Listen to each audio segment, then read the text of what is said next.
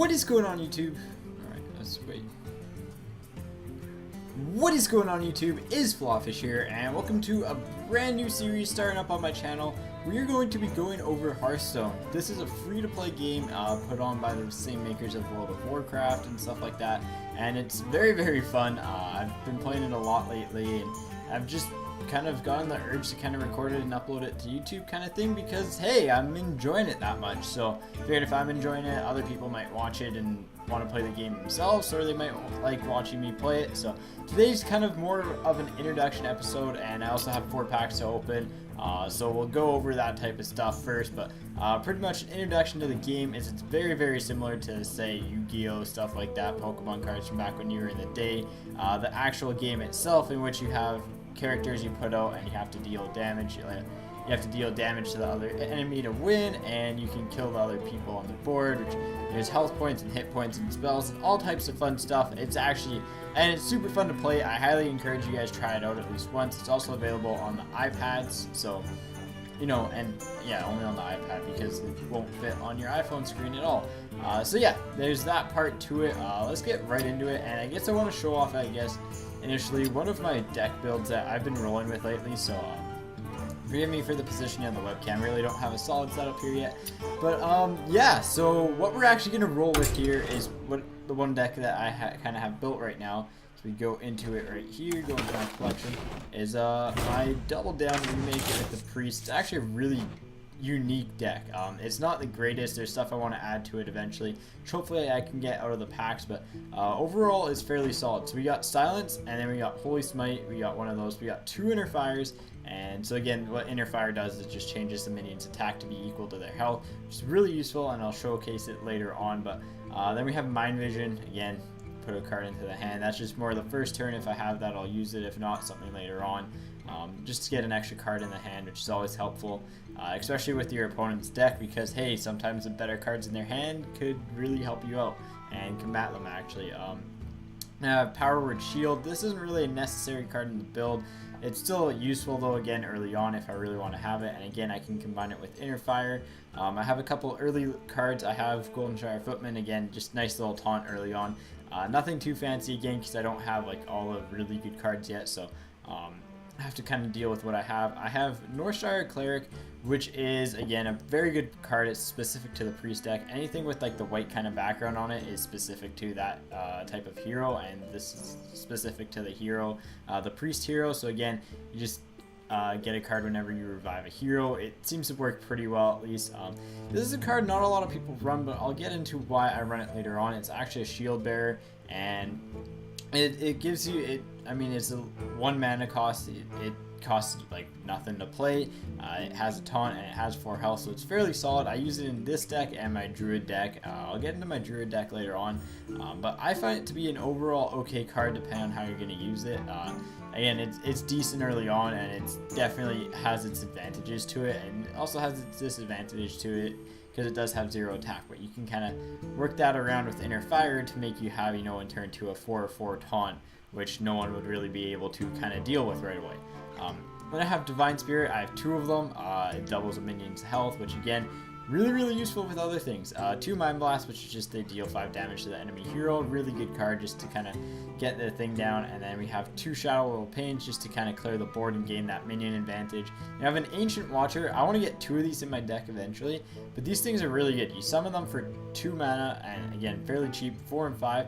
And there's 2 things you can do with them. One thing that I like to do actually is I like to silence it first if I have the silence, because I can normally play this, especially if the second turn and I get the free mana card. I can summon this first turn, come in with the silence in the second turn, and now I have a 4/5 on the board that I can attack with, and it has to be addressed right away, otherwise there's really nothing they can do about it, especially with Priest, because you can heal 2 health, and unless they have, like, say, one of the Raptors, you're still going to be able to clear their board fairly quickly, and at that point you're going to be able to summon other cards like Knife Juggler, and I have a Wolf Rider for turn 3, just to kind of escape any higher end cards early on, and same with Shadow World Death, just for later on if they summon like a 5 attack or something that, hey, is going to be threatening me. But I find the Ancient Watcher to be pretty good early on, just because, again, if you get the Silence and Ancient Watcher combo, it works really well. Or if you get later on the Defender of Argus and Ancient Watcher out there, it also serves a really good purpose, because now you've got a 5/6 taunt. I mean, it can attack, but you're forcing other people to attack it, and it's really good for kind of just delaying the game a little bit, which is kind of the whole point of this deck. It's a little bit built towards the end, and it's built towards a quick strike.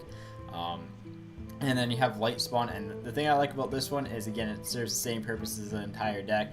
Its attack is always equal to its health, so again, you throw on a couple of the Divine Spirits onto it, you're going to have a 20 attack card in 2 turns.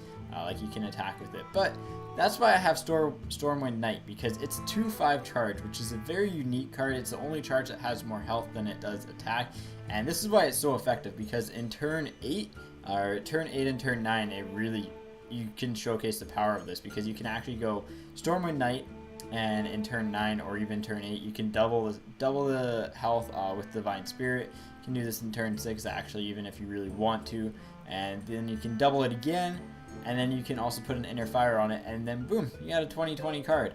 And with charge, if you use that in turn 9 and they have nothing on it on the board or something, no taunts on the board, you're going to be able to get a pretty easy win, especially with the 2 Mind Blasts. There's 30 damage right there. Quick strike win. It has worked. It works like 1 in 5 times for me, so fairly solid play. Then we have Holy Nova, again, kind of just the safety net card just to clear the board of minions, and again, heal health to myself, which is really useful. And then we have Azure Drake, again, one of the best 5 mana cards in the game. You get really three useful things out of it. You summon a 4/4 minion, which is pretty good. Then you get spell damage +1, and you also get to draw a card. Again, very effective card, one that I highly recommend using. And I have 2 of them, and I also have 2 of the Stormwinds and 2 of the Novas. And finally, we have our kind of legend and our finisher, which is Yezera. If it gets to that point, Yezera is really effective because it draws cards for you, and they're all pretty dang good cards. Again, if you end up getting to that point, you're going to be able to pull out some wins just because you have Yezera in your deck. But again, most of the time with this deck, if you're getting up to turn 9, you're probably not doing it right. So it's one card that I kind of want to get rid of, but for right now, it serves a pretty decent purpose in itself.